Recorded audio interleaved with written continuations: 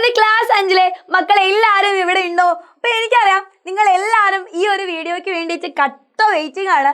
കാരണം നിങ്ങൾക്ക് English exam ആണ് അല്ലേ നാളെ. സോ ഇംഗ്ലീഷ് എക്സാമിന് ഇമ്പോർട്ടൻ്റ് ആയിട്ട് എന്തൊക്കെ നിങ്ങൾ പഠിക്കണം, നാളത്തെ ക്വസ്റ്റ്യൻ പേപ്പറിൽ എന്തൊക്കെ ക്വസ്റ്റ്യൻസ് ഏതൊക്കെ ചാപ്റ്ററിൽ നിന്നും നിങ്ങൾക്ക് കാണാൻ പറ്റും, ഈ ഒരു കാര്യങ്ങളൊക്കെ ഡിസ്കസ് ചെയ്യാനാണ് ഈ ഒരു പ്രഡിക്ഷൻ വീഡിയോ ആയിട്ട് മിസ് വന്നിട്ടുള്ളത്. സോ എല്ലാവരും റെഡി ആയിട്ടിരിക്കുക. ഇപ്പം നമ്മൾ പറയുന്നതാണ് നാളത്തെ ക്വസ്റ്റ്യൻ പേപ്പറിൽ നിങ്ങൾ എന്തൊക്കെ കാണുന്നുള്ളത്. സോ എല്ലാവരും റെഡിയാണോ? 1 2 3 യെസ്. ഈ ക്വസ്റ്റ്യൻസ് ഒക്കെ ആയിരിക്കും എൻ്റെ മക്കൾക്ക് നാളെ 5ാം ക്ലാസ്സിലെ ക്വസ്റ്റ്യൻ പേപ്പറിൽ കാണാൻ വേണ്ടിയിട്ട് പറ്റുക. എടാ ഒരു പോം അല്ലെങ്കിൽ റീഡിങ് കോംപ്രഹെൻഷൻ നിങ്ങൾക്ക് ഉണ്ടാവുന്നതാണ് കേട്ടോ. എന്താണ് കോംപ്രഹെൻഷൻ? അയ്യോ മിസ്സേ വലിയ കട്ടിയുള്ള വേർഡാണല്ലോ. ഒന്നുമില്ല, നിങ്ങൾക്ക് ഏതെങ്കിലും ഒരു പോം തരാം. ഒന്നെങ്കിൽ അത് പോയം ആകാം, അല്ലെങ്കിൽ ഏതെങ്കിലും ഒരു പാസേജ് ആകാം. അതിൽ നിന്നും 1 2 3 4 ക്വസ്റ്റ്യൻസ് വരെ എന്ത് ചെയ്യാറുണ്ട്, എക്സാമിന് ചോദിക്കാറുണ്ട് കേട്ടോ. 4 5 ക്വസ്റ്റ്യൻസ് മാക്സിമം. സോ അത് കമ്പൾസറി ആണ്, നിർബന്ധമായിട്ടും എഴുതേണ്ട, അറ്റൻഡ് ചെയ്യേണ്ട ഒരു ക്വസ്റ്റ്യൻ ആണ്. ഓക്കെ, സോ അതിൽ തന്നെ പാസേജും അല്ലെങ്കിൽ പോം ആണെങ്കിൽ പോം തരും, അതിൽ നിന്ന് ക്വസ്റ്റ്യൻസ് ചോദിക്കും, അത് നമ്മൾ എഴുതണം. ഓക്കെ, മിസ്സിൻ്റെ സൗണ്ട് ഇത്തിരി പോയിട്ടുണ്ടോ ഒന്ന് എക്സ്ക്യൂസ് ചെയ്യാം കേട്ടോ. അടുത്തത് നിങ്ങൾക്ക് ക്വസ്റ്റ്യൻ പേപ്പറിൽ കോൺവെർസേഷൻ എന്നുള്ളൊരു ക്വസ്റ്റ്യൻ കാണാൻ വേണ്ടി പറ്റും. ആൻഡ് അത് ഗിവിങ് ട്രീയിലെ മാനും അതുപോലെ തന്നെ ട്രീയും തമ്മിലുള്ള കോൺവെർസേഷൻ ആവാം, അല്ലെങ്കിൽ സീഡ് ആൻഡ് സോയിലിലെ പാർവതിയും പാർവതിയുടെ മുത്തശ്ശിയും, അല്ലെങ്കിൽ പാർവതിയും പാർവതിയുടെ അച്ഛനും തമ്മിലുള്ള കോൺവെർസേഷൻ.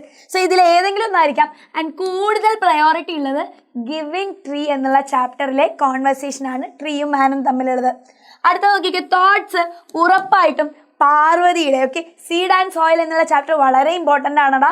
ഈ ഒരു പ്രാവശ്യം ഏറ്റവും ഇമ്പോർട്ടൻ്റ് ആയിട്ടുള്ള ഒരു ചാപ്റ്ററാണ് സീഡ് ആൻഡ് സോയിലും അതുപോലെ തന്നെ ഗിവിങ് ട്രീ എന്നുള്ളത് കേട്ടോ. സോ ആ ഒരു ചാപ്റ്ററിലെ പാർവതീൻ്റെ തോട്ട്സ് ചോദിക്കാം, അല്ലെങ്കിൽ ഗിവിങ് ട്രീയിലെ മാനിൻ്റെ തോട്ട്സ് ചോദിക്കാം. ഇതിൽ ഏതെങ്കിലും ഒരു തോട്ട്സ് ആയിരിക്കും നിങ്ങളോട് എന്ത് ചെയ്യുക, ചോദിക്കാം. ഇനി ഡയറി എൻട്രി ചോദിക്കുകയാണെങ്കിൽ അത് ഉറപ്പായിട്ടും പാർവതിയുടെ ഡയറി എൻട്രി ആയിരിക്കും, അല്ലെങ്കിൽ പാർക്കുട്ടിയുടെ ഡയറി എൻട്രി ആയിരിക്കും. ഓക്കെ, ഇനി അടുത്തത് ഗ്രീറ്റിംഗ് കാർഡ്.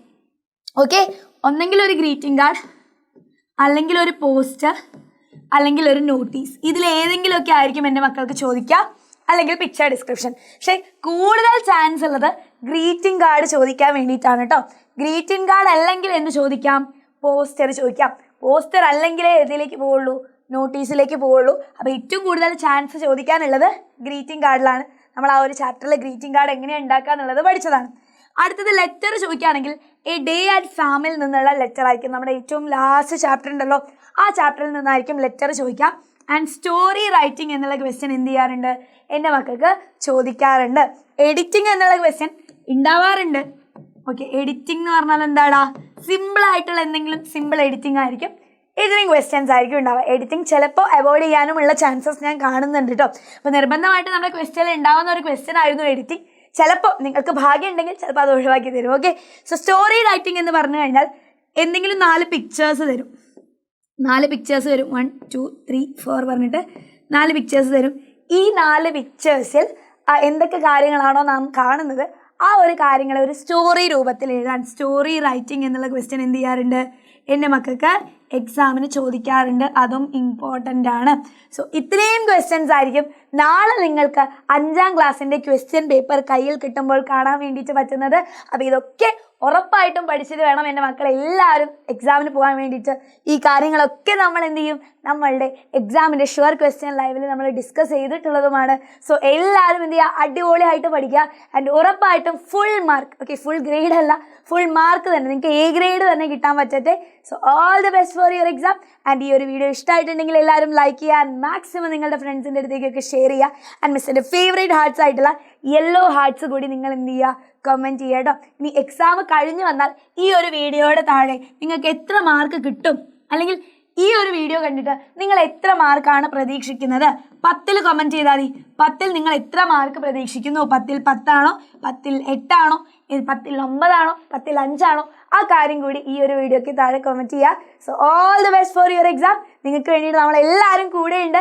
എല്ലാവരും ലൈവൊക്കെ മുടങ്ങാതെ കാണാം. പിന്നെ നോട്ട്സൊക്കെ കിട്ടണമെന്നുണ്ടെങ്കിൽ താഴെ വാട്സപ്പ് കമ്മ്യൂണിറ്റീൻ്റെ ലിങ്ക് ഉണ്ട്, അതിൽ ജോയിൻ ചെയ്ത് കഴിഞ്ഞാൽ എൻ്റെ മക്കൾക്ക് എല്ലാവർക്കും നോട്ട്സും ലൈവിൻ്റെയും വീഡിയോസിൻ്റെയും ഒക്കെ നോട്ട്സ് കിട്ടുന്നതാണ്.